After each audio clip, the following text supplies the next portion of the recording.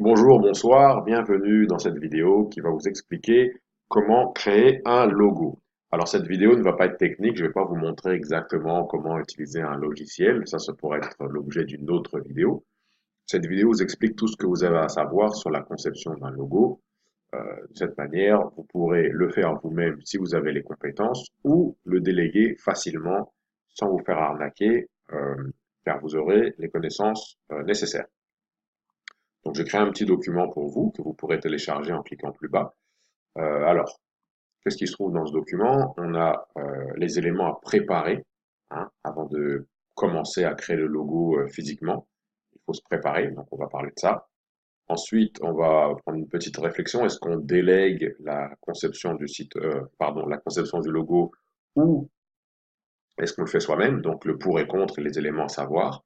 Ensuite, je vous mets quelques petits exemples et ensuite, je vous ai mis en bonus une liste d'outils à utiliser. Voilà. Et je vous en dis un peu plus sur moi un peu plus bas. Donc, commençons. Alors, on va se rendre à la première étape, donc la préparation. Alors, je vous ai préparé un questionnaire de préparation du logo. Ça va vous aider. Donc, j'ai rédigé quelques questions et je vous ai mis des espaces là que vous pourrez, dans lesquels vous pourrez rédiger vous-même. Et alors, on va commencer par parler de votre image. Ok.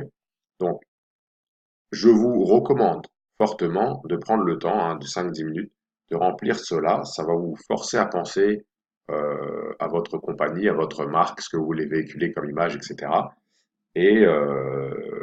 Et toute cette réflexion va être matérialisée dans ce document. Donc après, bah, vous pourrez vous référer à ce document plus tard pour créer le logo, ou vous pourrez évidemment le fournir à votre fournisseur qui pourra créer le logo pour vous.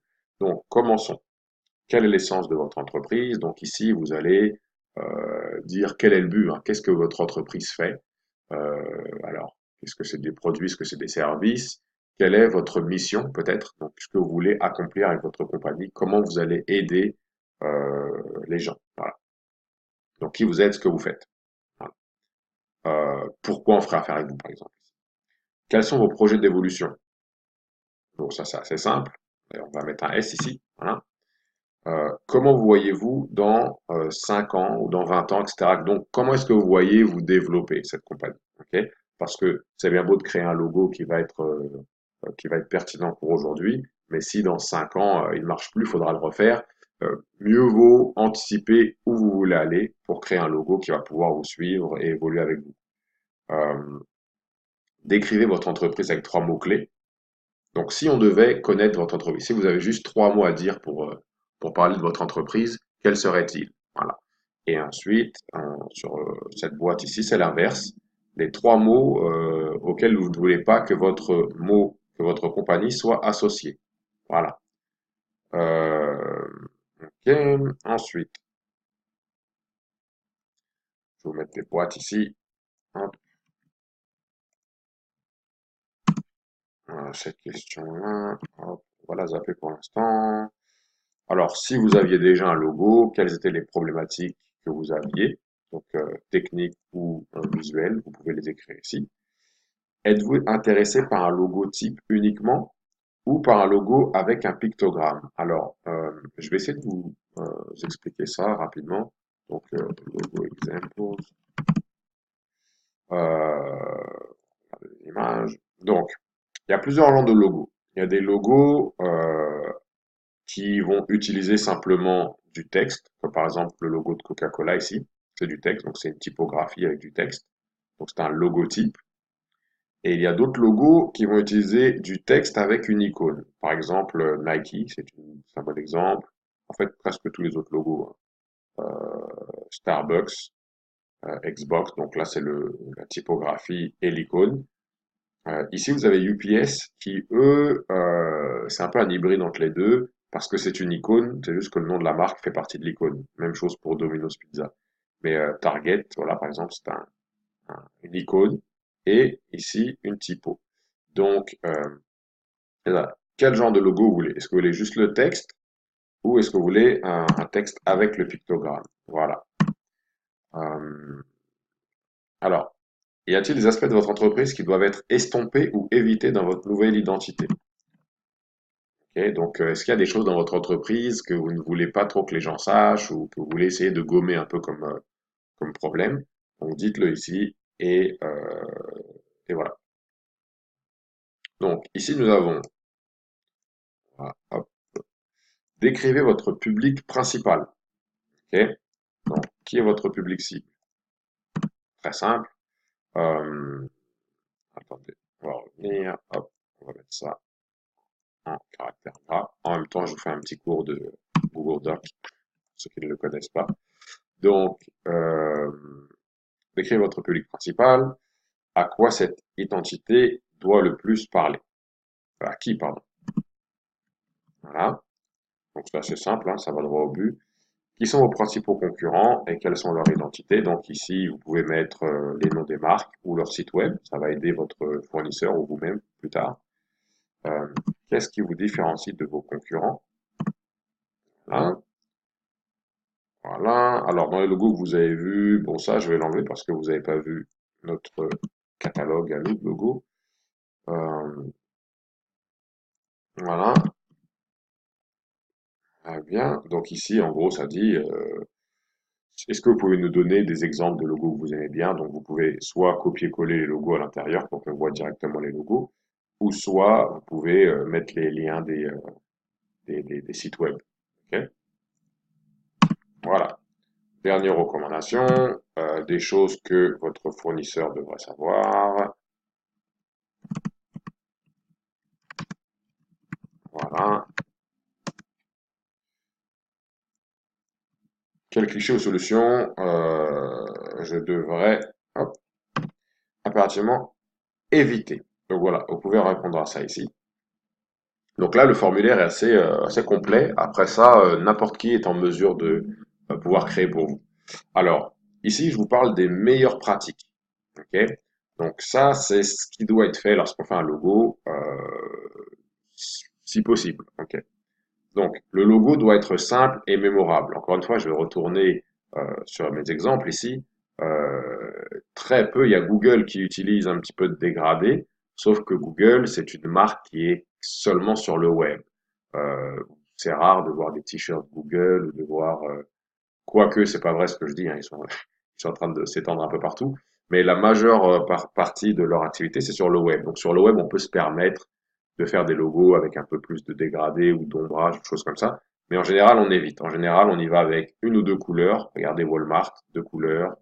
Microsoft, bon, ils ont leur petit carré, mais sinon, c'est un carré de couleur et gris pour le texte. Starbucks, c'est vert, noir et blanc.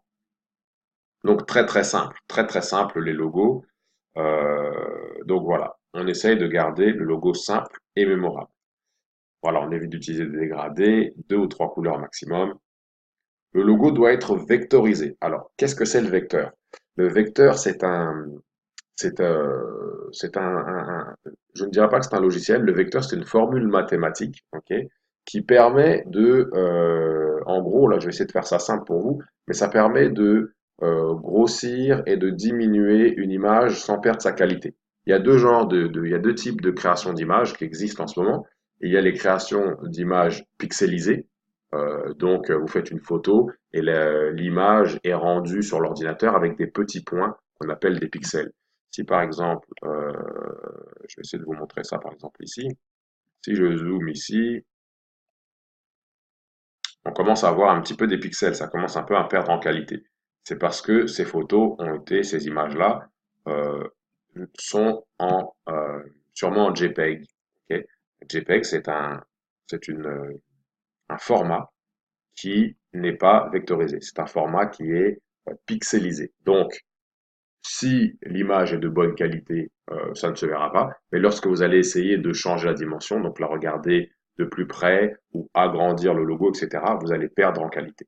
Avec le vecteur, ce n'est pas le cas. Avec le vecteur, vous pouvez changer la dimension, changer la taille d'un logo et il sera toujours net.